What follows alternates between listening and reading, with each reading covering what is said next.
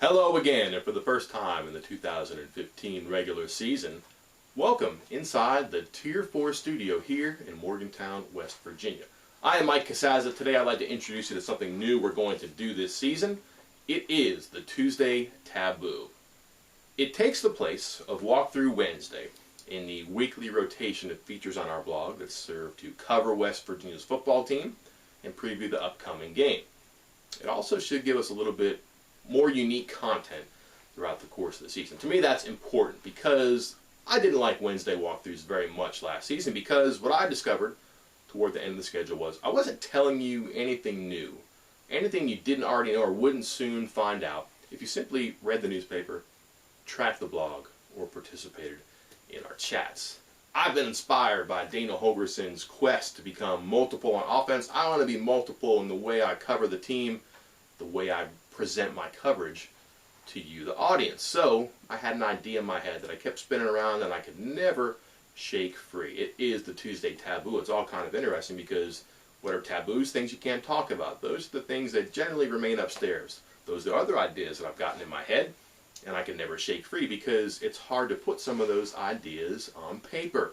You may have a really good idea that's difficult to talk about, which then makes it hard to write about. Hard to write about something when you can't ask the right questions or you don't get the quality answers, so it stays upstairs. I think right now, though, this is a way we can dust off those ideas, bring them out of the attic, and put out on the floor for everybody to play with. We just have to make an agreement, though. What happens in here has to stay in here, okay? Okay. Our debut taboo, then. What happens if West Virginia loses Saturday's football game? Let's not pretend that it's impossible. West Virginia is a double-digit favorite, just shy of 3 touchdowns, 19.5, 20.5 points, depending on where you get your information. But that also includes news that the Eagles of Georgia Southern will play without their starting quarterback. This was a 31.5 point spread. The status as a favorite has shrunk considerably for West Virginia. Why? Georgia Southern's a pretty good team. People knew that. People have come to discover that in the off-season months. 2 years ago, beat Florida in the Swamp. Everybody knows that. Last season, first year in the FBS, 8-0 in the Sun Belt Conference, 9-3 overall, and put the fear of Georgia Southern into NC State and Georgia Tech in narrow losses that really could have won either or even both of those games. A good team, recruits on great tradition, great history, exciting offensive football, and it happens to be in Georgia, which even West Virginia will admit has some of the best high school football talent. West Virginia's scholarship roster, better than Georgia Southern's. West Virginia's conference affiliation, its finances, its exposure, all better than Georgia Southern. But what does it mean on Saturday? Not a whole heck of a lot, especially in the season opener where everything is still new, at least for the first couple series of the first quarter, maybe even the first half. So West Virginia maybe should win, certainly could win, is expected to win, not guaranteed, even if this is a guaranteed game where the Mountaineers pay the Eagles a lot of money to come in, presumably to take a loss. So, what happens if Georgia Southern does not take that loss, runs away with a big paycheck and a 1-0 record? What's the reaction in Morgantown? I think that's pretty easy to answer. The answer is, uh-oh. West Virginia has done a lot of work to reverse its reputation in the off-season months. Last season, don't forget, 6-2 could have been 7-2 if it had just handled the final critical moments or even gotten some luck late against TCU. 7-2, probably a top 20, top 15 ranking. Things would have been very different. Indeed, it turned out very different when Jaden Overcrom made the field goal. TCU ran away.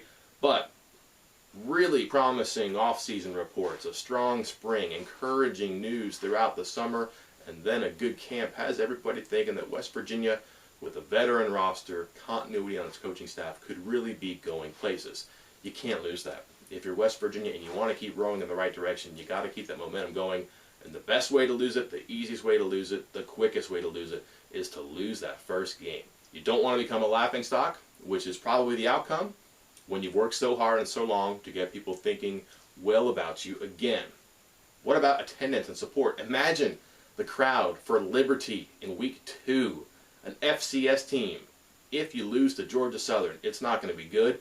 And then how do you build it back up again? How do you get good crowds in October and November when it really matters, when attendance says something to people in leadership positions, when you went 0-1 to start the season?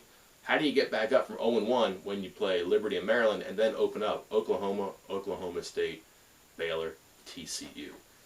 What would the mood be? What would the atmosphere be? What would the scene be at Mountaineer Field in October, in November, if things don't go right early, and especially at the outset?